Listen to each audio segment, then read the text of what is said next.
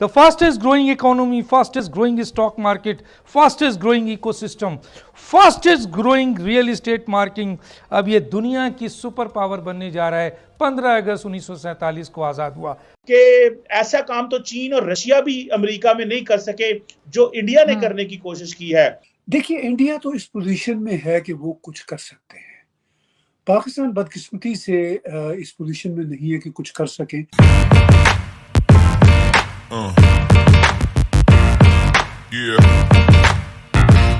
कहाँ ये रिस्पॉन्सिबिलिटी डालेंगे जिसकी बुनियाद पर आज पाकिस्तान कहाँ खड़ा है और भारत कहाँ खड़ा है? आपने बड़ी सही बात की। बांग्लादेश 1970 के बाद आज़ाद होता है, वो हमसे बहुत आगे है। अफगानिस्तान भी आगे हो गया है, ईरान भी आगे हो गया है, श्रीलंका जो अभी डिफ़ॉल्ट में वो भी आगे जा रहा है।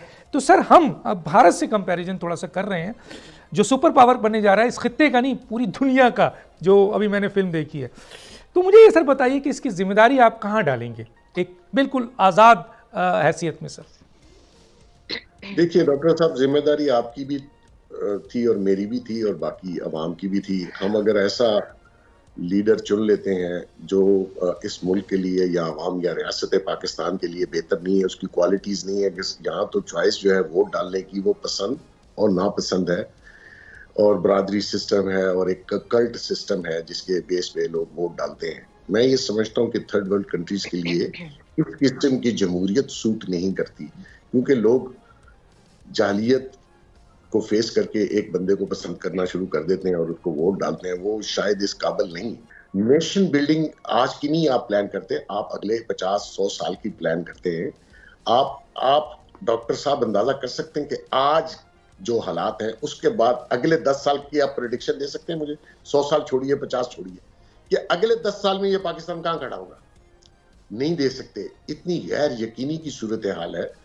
और इतना मतलब मैंने एक ट्वीट किया, वो 6-7 लाख लोगों ने दिया, तो मुझे उस पर इल्जाम आना शुरू हुआ। तो मैंने कहा मैं मायूसी नहीं, मैं आपको ग्राउंड रियलिटी बता रहा हूँ। अगर किसी ने आंखें बंद की हैं तो वो उसका कसूर है, मेरा नहीं है। राम खान साहबा, the fastest growing economy, fastest growing stock market, fastest growing ecosystem, fastest growing real estate marketing, अब ये दुनिया की सुपर पावर बनने जा रहा है। 15 अगस्त 1947 को आज़ाद हुआ। पाकिस्तान कहाँ खड़ा है, उसकी रिस्पॉन्सिबिलिटी कहाँ फिक्स करेंगी आप? बहुत शुक्रिया डॉक्टर साहब। पहली बात तो ये है कि अगर हम लीडरशिप की बात कर रहे हैं, लीडरशिप की फुकदान की बात कर रहे हैं, तो कल का वाकया आप देख लीजिए कि इलॉन मस्क, जिन्होंने अब ट्विटर, जिसको हम पहले कहते थे अब एक्स कहते हैं, उसको खरीद लिया, और इलॉन मस्क जो कि एक अथॉरिटी दुनिया में समझी जाती हैं, वो नरेंद्र मोदी से मिलने के लिए जा रहे थे, और जाने से पहले उन्होंने एक बहुत मानी खेज और बहुत एंथुजियास्टिक ट्वीट की कि वो कितनी enthusiastically he is looking forward to meeting Narendra Modi. हमारे यहाँ लीडरशिप उस वक्त क्या कर रही थी? हमारे यहाँ जो पॉलिटिकल लीडर्स हैं या मुख्तलिफ अपने अपने मोहल्ले के लीडर्स हैं, वो क्या कर रहे हैं? वो टिकटॉक कंटेंट क्रिएटर्स से आगे बढ़ ही नहीं पाए हैं, और वो एक दूसरे के मुकाबले में कोई अगर 50 रुपए ईडी दे रहा है तो कोई 500 रुपए ईडी दे रहा है। ये लीडरशिप का मयार है पाकिस्तान। ये हमारी 5 साल नहीं 10 साल आप छोड़ दें, 5 महीने की आगे जो प्लान्स हैं वो इस पे उनका कुल उनका जो दायरा है बस इतना ही है, इतनी ही इनकी सोच यहीं तक पहुंचती है। हमारी जो तरजीहात है वही गलत है। हमारी तो जो तरजीहात है वो यही है कि कौन जेल में है, किसके जेल से एसी निकलवा दें, या किसकी जो अहलियां हैं उनको बिल्ले ना दें ईद पे। ये हमारी तरजीहात जो है ना, ये एक दूसरे की टांग खींचना, एक दूसरे को रोकना, ये हम गलत, ये रास्ता रिस्पॉन्सिबिलिटी कहाँ फिक्स करेंगी? रिस्पॉन्सिबिलिटी कहाँ फिक्स करेंगी? इस पाकिस्तान की आज की इस पोजीशन को कंपैरिजन कर लें किसी भी खित्ते के मुल्क से, किसी भी खित्ते के मुल्क से। उसका रीजन है डॉक्टर साहब, देखिए मोहसिन बेग साहब ने कहा कि हमने जिनको हीरो बनाया या जिसमें हिस्सा डाला, तो मैं तो कम से कम मुतमईन हूं कि मैंने तो जब बहुत लोग पावरफुल थे तब उस जमाने में भी लिखा और आइडेंटिफाई किया। ये नहीं कहा कि कौन बुरा है कौन अच्छा है। मैंने बताया कि कोई बुरा क्यों बन जाता है, क्योंकि जरूरियात ऐसी हैं।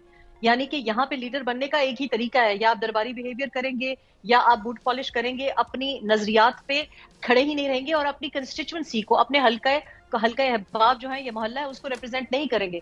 सर बिल्कुल क्लियर बताइएगा कि क्या ये 76 सालों में पाकिस्तान की सियासतदानों ने, ब्यूरोक्रेसी ने, अदलिया ने, इदारों ने कुछ सीखा है सर, या अभी तक कुछ नहीं सीखा? एक। दूसरा, ये जो पाकिस्तान में कोई ऐसी सियासी जमात है जिसको आप कह सकते हैं कि वो सियासी जमहूरी जमात है सर? जी सर। डॉक्टर साहब, बेसिकली मैं तो जो सियासी पार्टियों के हालात हैं वो आपके सामने हैं। जब भी जो भी पॉलिटिकल पार्टीज हैं जिस तरीके से बनाई गई या बन गई, रह की बात रियासत क्यों और इस रियासत के जो नुमाइंदा हैं या ब्यूरोक्रेट्स हैं या रियासत के इदारे हैं, देखें चीज वही आगे चलती है, घर वही चलता है जिसका कोई मालिक हो। ये रियासत लावारिस है, इसका कोई मालिक नहीं है, सब इंडिविजुअली तौर पे ऑपरेट कर रहे हैं। इस मुल्क को कोई ओन ही नहीं करता। जिसके पास पैसे बन जाते हैं इस मुल्क से वो बाहर जाके रहता है, बाहर प्रॉपर्टीज लेता है। तो मैं ये समझता हूँ कि इसमें बहुत ही सोच समझ के आइंदा के फैसले करने पड़ेंगे आपको। और ये जो 5th जनरेशन वॉर है, ये जो रियासती इदारों के खिलाफ प्रोपेगेंडा है, ये इंटरनेशनल साजिश है। ये ऐसे नहीं है कि आप अगर सोशल मीडिया खोलते हैं तो उसमें 50 पोस्टें तो अदारों के खिलाफ हैं। अच्छा, और लोग भी वही हैं। ये मैं उमर यूब को भी सुन रहा था, इसका दादा कौन था, इसका नाना भी जर्नैल था, इसका दादा भी जर्नैल था, इसका बाप भी फौज में था। और आज आप इससे पूछ लीजिए कि आपका ज़राए इनकम क्या है, खुदा की कसम ये आपको बता नहीं सकेगा कि इसका ज़राए इनकम क्या है। इसी तरह वो जो जेल में बैठा है उससे भी बंदा पूछे तो खैरात मांगने वाला था, हमारे से पैसे लेके खाता था, तेरी मतलब क्या ज़राए इनकम है? ये बिजली के बिल कहां से देते हो, ये घर, ये जो कुछ है ये कहां से आया, ये नहीं बता सकेंगे। मकसद ये है कि अगर आप लोगों ने एक सिस्टम ही नहीं बना पाए और हर अदारा अपने अंदर एक स्टेट बन गया है, तो भाई इस मुल्क के 25 करोड़ लोगों को कैसे आप खिलाओगे? ये जो इंडिया की आप मिसाल दे रहे हैं, उन्होंने 3 माइल का बफर जोन बनाया है yes. कि अगर हालात खराब हुए तो पाकिस्तानी रिफ्यूजी होके हमारी तरफ ना आए। yes. और जो रिफ्यूजीज हमारी तरफ आए थे काबुल वाले, अगर उनके हालात चेक कर लीजिए, तो हम तो दोनों तरफ से फंस गए। ये हमारी डिप्लोमेसी का हाल है। इतनी अल्लाह ताला ने इस मुल्क को स्ट्रेटेजिक पोजीशन दी थी, हमने जाया कर दी, हमने उसको बर्बाद कर दिया। तो हेलो दोस्तों, कैसी लगी आपको ये वीडियो? हमें कमेंट सेक्शन के अंदर ज़रूर बताएं, अपनी राय ज़रूर दें। अगर आपको ये वीडियो पसंद आई है तो इस वीडियो को लाइक शेयर सब्सक्राइब करना ना भूलें। जैसा कि हमने इस वीडियो में देखा कि कैसे जो पाकिस्तानी मीडिया है वो बात कर रही है कि इंडिया की जो ग्रोथ है, जीडीपी ग्रोथ, वो 8% से हो रही है, जबकि जो हमारी जीडीपी ग्रोथ है वो ओनली 2% पर है और अब तो नेगेटिव में जा रही है।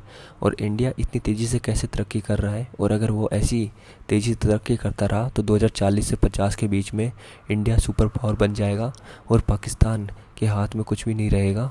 इंडिया जो कहेगा वही पाकिस्तान को करना पड़ेगा। साथ ही में जो पाकिस्तान की पब्लिक है उनका भ्रम भी एक वीडियो ने दूर करा, जब वहाँ के एक लोकल यूट्यूबर ने उनको दिखाया कि इंडिया की जो नई सिटी है वो कैसे बन रही है, और उन्होंने मुंबई का एक छोटा सा एरिया ही दिखाया था कि पाकिस्तानी अचंभे हो गए कि कैसा मुंबई इतना देसी। मुंबई को उन्होंने न्यूयॉर्क से कंपेयर कर दिया। तो दोस्तों, कैसी लगी आपको ये वीडियो? हमें कमेंट सेक्शन के अंदर ज़रूर बताएं, अपनी राय ज़रूर दें। और अगर आपको वीडियो पसंद आई है तो इसे लाइक शेयर सब्सक्राइब करना ना भूलें। मिलते हैं किसी और वीडियो के साथ, जब तक के लिए जय हिंद। पाकिस्तान के अंदर कभी ना कभी ये आतंकवादी इंडिया गए थे।